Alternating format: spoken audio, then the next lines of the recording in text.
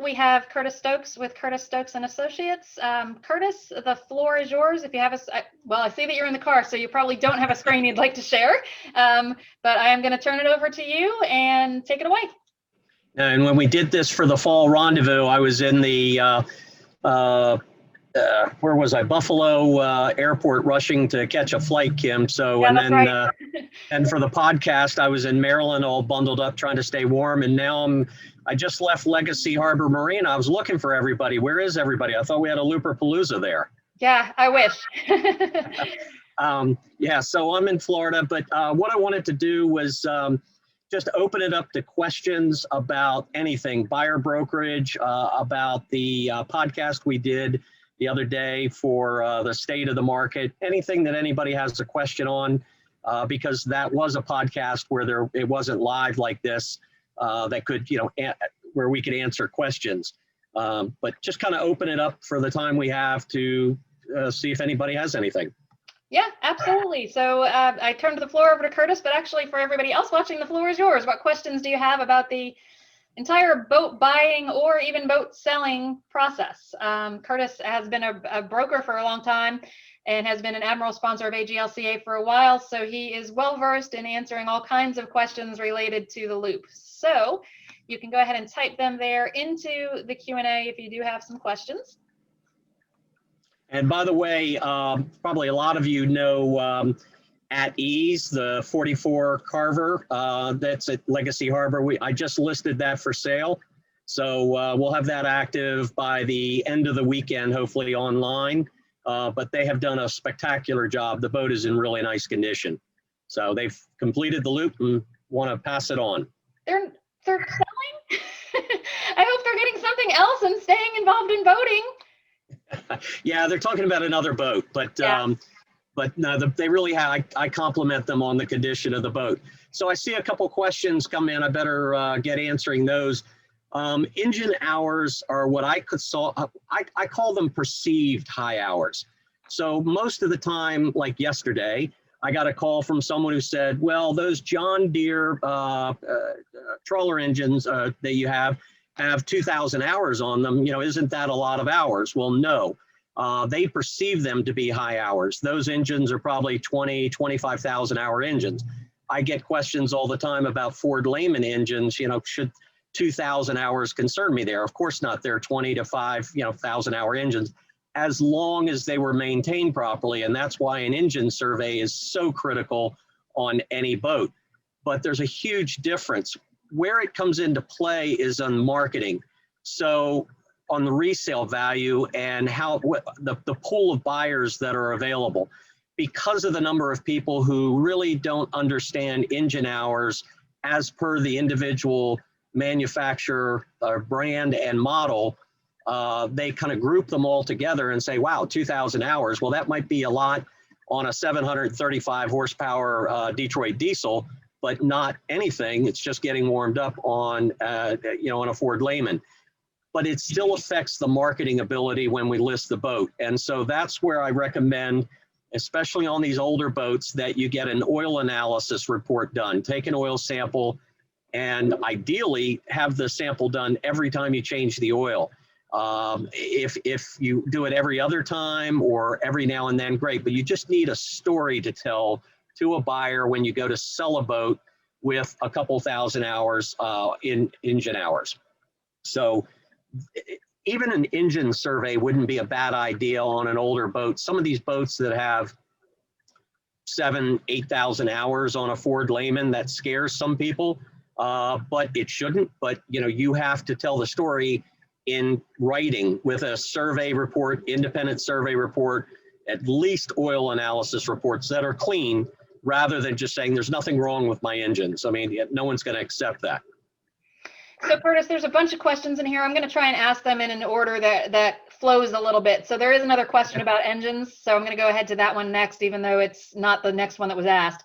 But similar question about gassers. One is a lot of hours on a gasser, and if they look like they're in great shape, what's your thoughts on that? Still have it completely surveyed. It's so critical. You can look at an engine. I was on a boat one time, engines were freshly painted. and they were a disaster on the survey. So there's the cosmetic condition and then internal condition.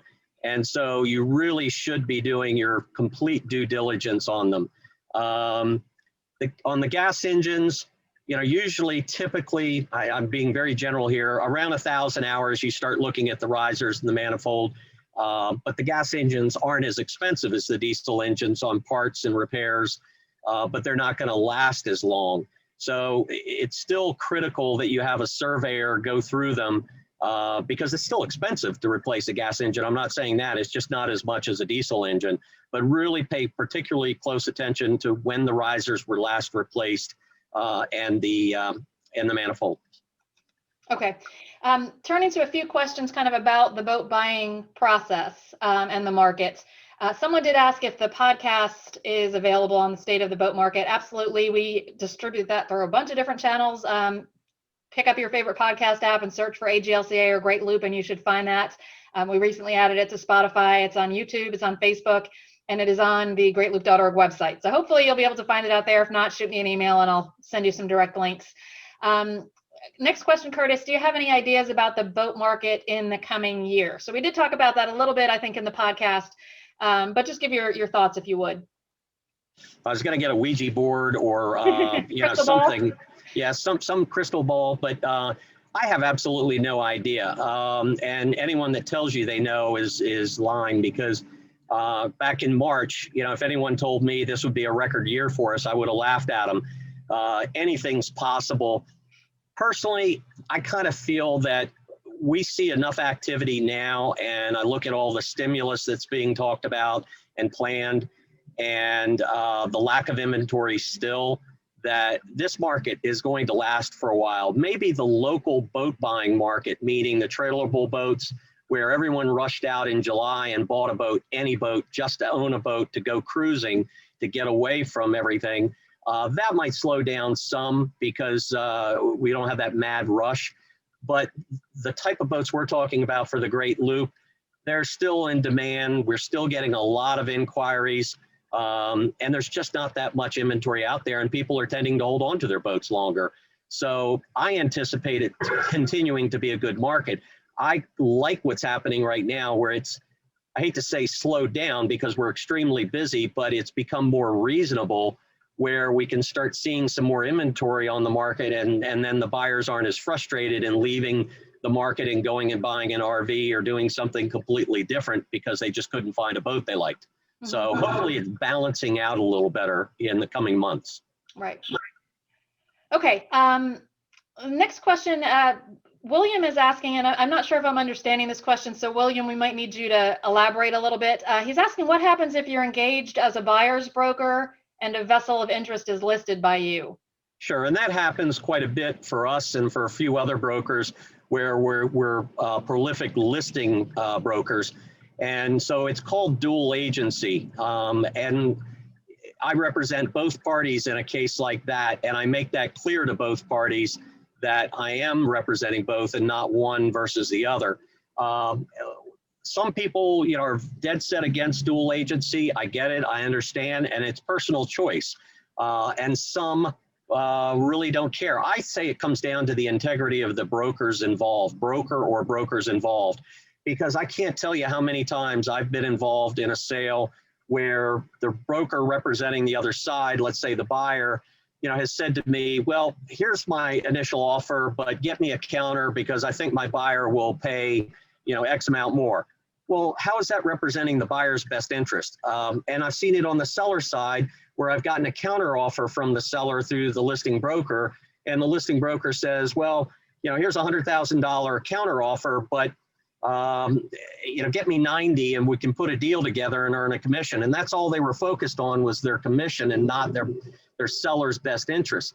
So just because there's a listing broker and a selling broker does not guarantee complete ethical behavior and professionalism.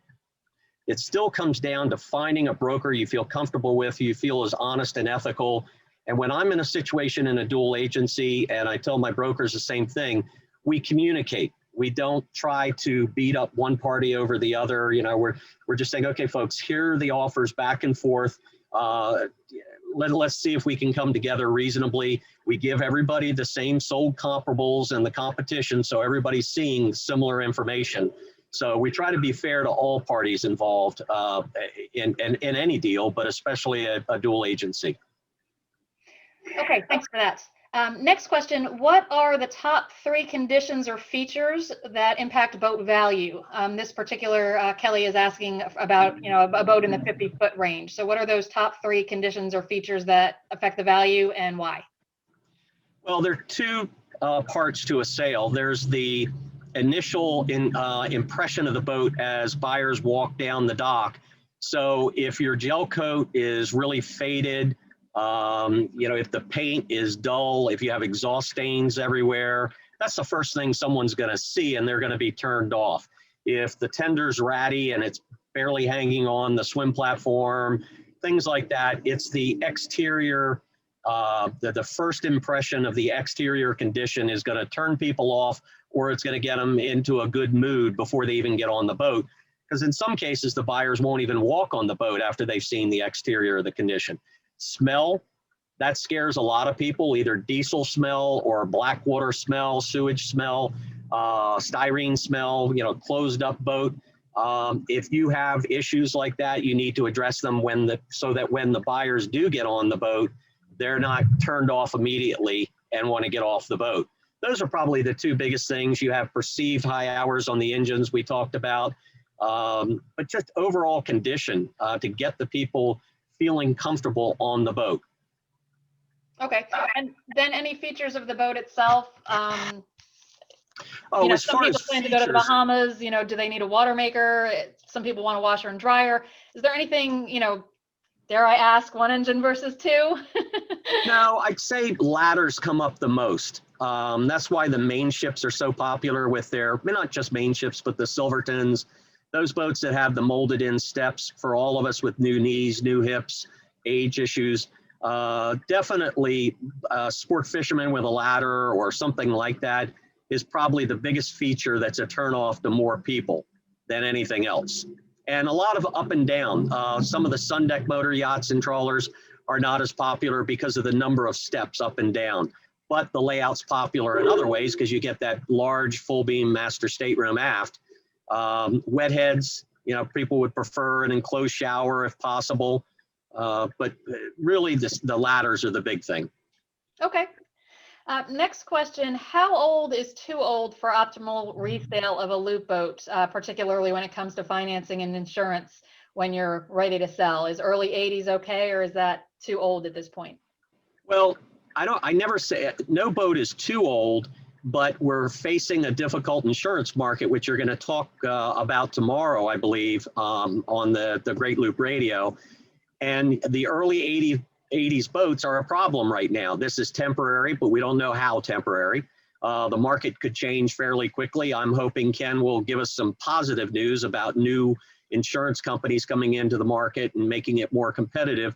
But if you take today's market right now, boats 40 years and older are almost impossible to insure for new buyers. You as an owner might get your insurance renewed, but that's different than a buyer trying to get new insurance. Even 30 years and newer is becoming a problem. Geico told one of my clients the other day, 30 years and newer, they weren't going to do either. So they're really clamping down and clamping up on the year of the boat and your particular experience level. It is becoming a definite issue for a lot of people.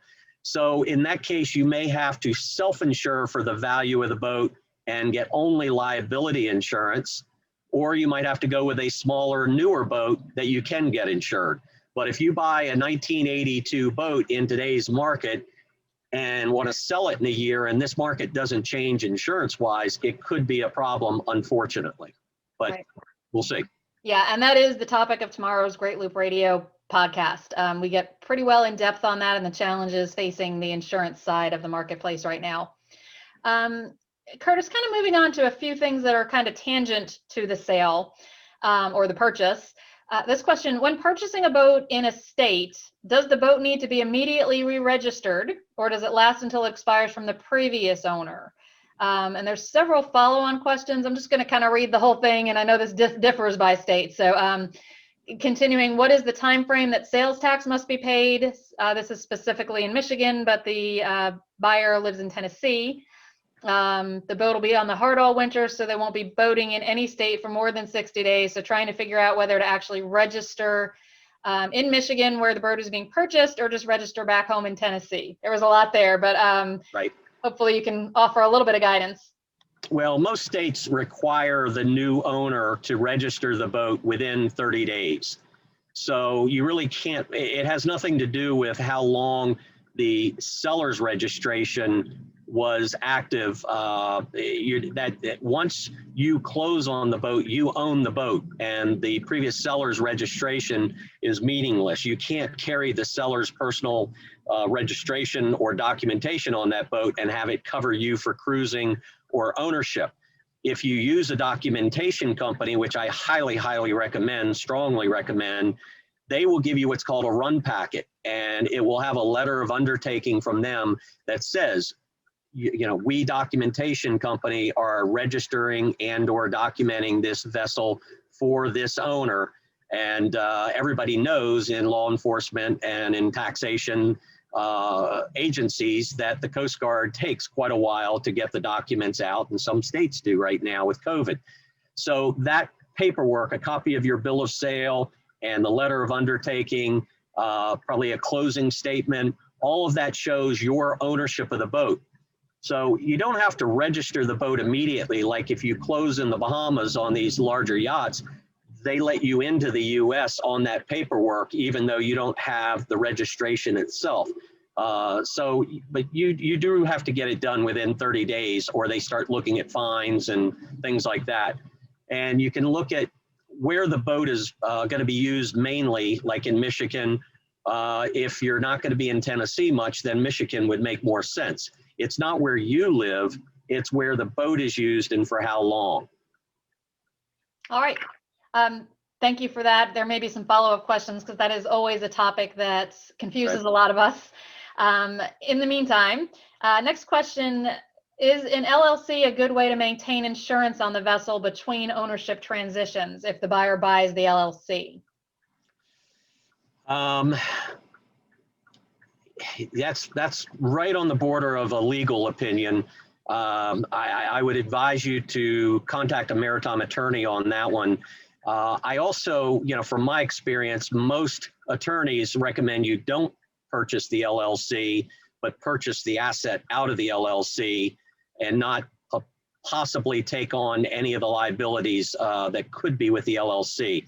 If you're going to buy an LLC, make sure that you have legal representation. Whatever you do, do not do it yourself.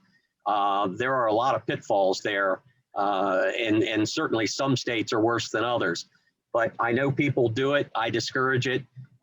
Just buy the boat and start your own LLC or your own individual name, whatever you're going to do, rather than inheriting whatever the seller has given you, unless you have really good legal advice and you have all the proper legal documentation. But the insurance company is going to want to know from an insurance standpoint, and Ken can probably answer this a lot better than I can, that there's been a transfer of ownership of the LLC, and they're worried about the operator. If they're thinking the previous owner is still operating the boat and you are, and you're trying to hide that under an LLC, good luck getting any claim honored. It's just not going to happen. Right.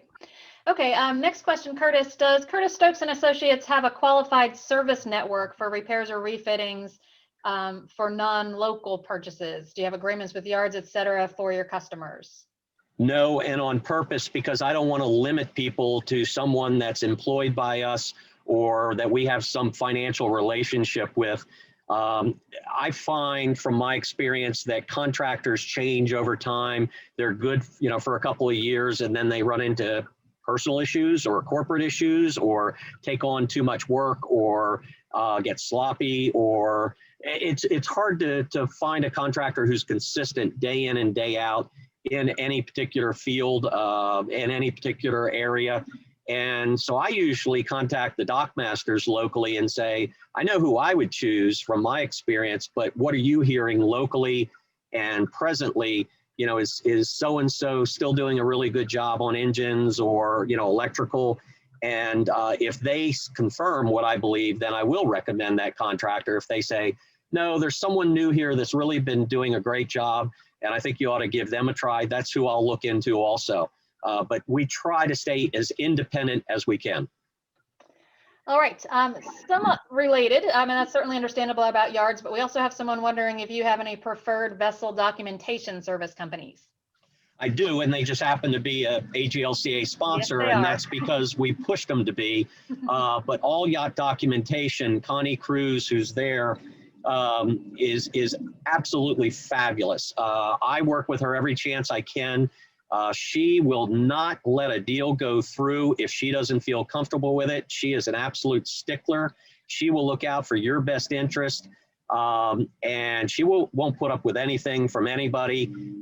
She's a great communicator. I mean, she constantly lets you know what's going on. I think she's the best of the best in the documentation business. I've dealt with a lot of documentation companies, some who don't communicate well. They just look at it as they're pushing paper and they just want to get it done and over with. Connie does her due diligence like no one I've ever seen. So I have nothing but great things to say about all yacht documentation and Connie Cruz. I had one with her yesterday where she held up a deal. She just didn't like a lien that was, we were being told the lien was being satisfied by a bank.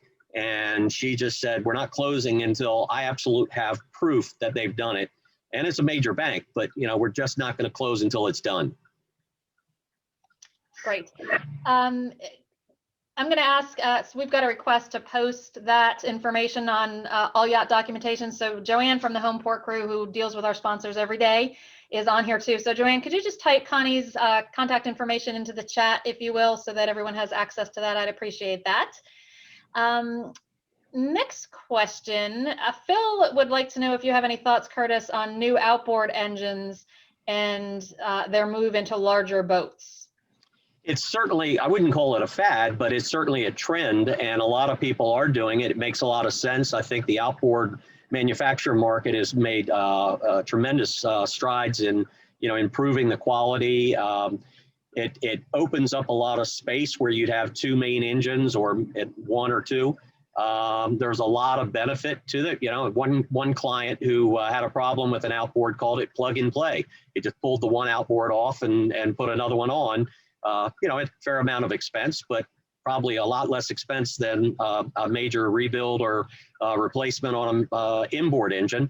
So yeah, I can see it becoming, continuing to be very popular. In some boats at a certain size, it's just not going to work. But, you know, in these 30-foot range boats, you know, unless you're putting 5 or 6, like some of these people in South Florida on a 40-some foot boat, even 50, pretty crazy, but they're doing it. But it's a trend that's, yeah, continuing. Sure. Okay. Next question is from Gary. Gary says he's interested in a 2005 boat that he just found out when the current owner purchased it was moved from Canada to Illinois, and the hired captain rented aground in the Detroit River. Everything was replaced from the rudders forward to and including transmissions. How concerned should Gary be about this? It happened in 2017 and it's a planing boat. Well, as long as they can provide, one, that they disclosed it, that's the number one thing. If they didn't disclose it, I would be concerned, you know, if they were trying to hide it. And then two, if they have any records, that's great, so that you can see which contractors did what, when, and if they describe what they did in any detail, that's even better. But then it comes down to the survey. If you notify your surveyor that this happened, they can pay much closer attention to those areas and make sure there aren't any issues. So I wouldn't be concerned. In fact, when you look at the number of boats that have run aground and there hasn't even been an insurance claim, they just fixed it. There's no record anywhere of that having been done. So it's no guarantee that just because you pass on that boat doesn't mean the next boat hasn't had any damage. And I've seen some boats that were damaged by fire, by sinking. When they were rebuilt, they were actually done better than new. So don't rule it out 100%, but go in with your eyes wide open with good consulting background with surveyors. Okay. Not sure if you can help with this one, Curtis, but the question is there an average cost you might be able to provide regarding transporting a boat from Maryland to Minnesota? There's not so much an average cost. It changes from time to time because of permitting and because of fuel cost. But my guesstimate from Maryland to Minnesota would probably be on a, say, a 35-foot boat would probably be 8,000, something like that in today's market. My biggest problem is finding a good quality trucking company. I'm so frustrated with the trucking companies out there, and some very reputable ones that haven't done a good job for me in the past couple of years. I honestly don't have one that I can say Ironclad is the best, the most trustworthy. But whatever you do, do your due diligence on these trucking companies, and go with a well-known, well-capitalized trucking company. Okay.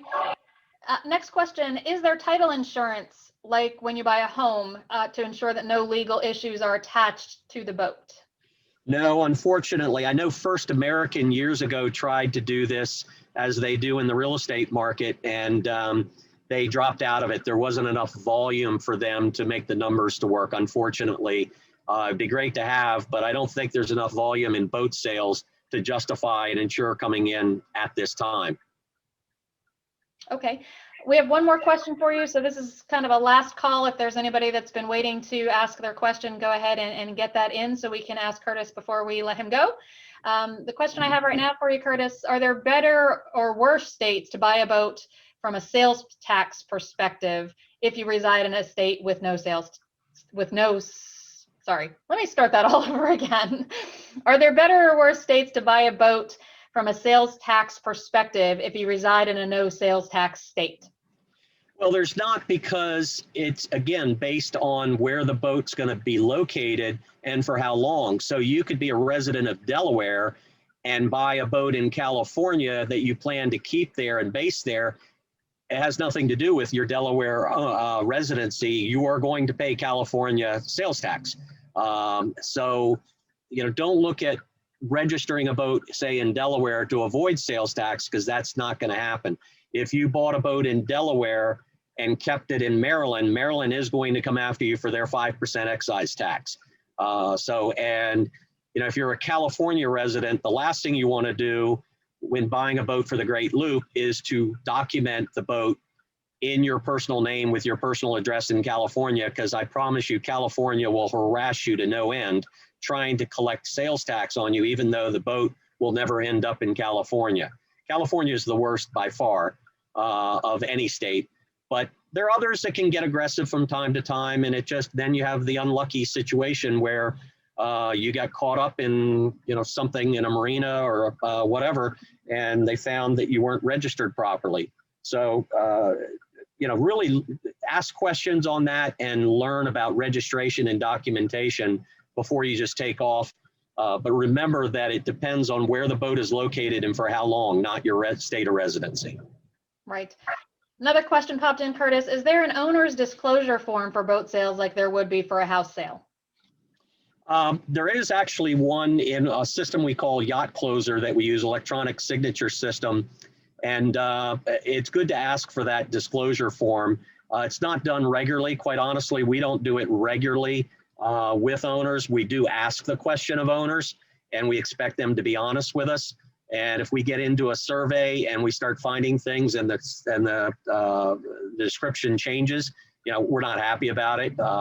So even with a disclosure form, if they don't disclose something, we usually try to catch it in the survey and get to the bottom of it. But there is one. It's just not universal. All right, that's all we have for you right now, Curtis. Thank you first of all, for your long-term AGLCA sponsorship and the notebooks and t-shirts that you included in the welcome bags for the Looper-palooza event. We appreciate all of that. And thank you for using this time to answer these questions. I think it's been informative and we appreciate it. You bet. Thank you. Good luck to everybody. Stay safe.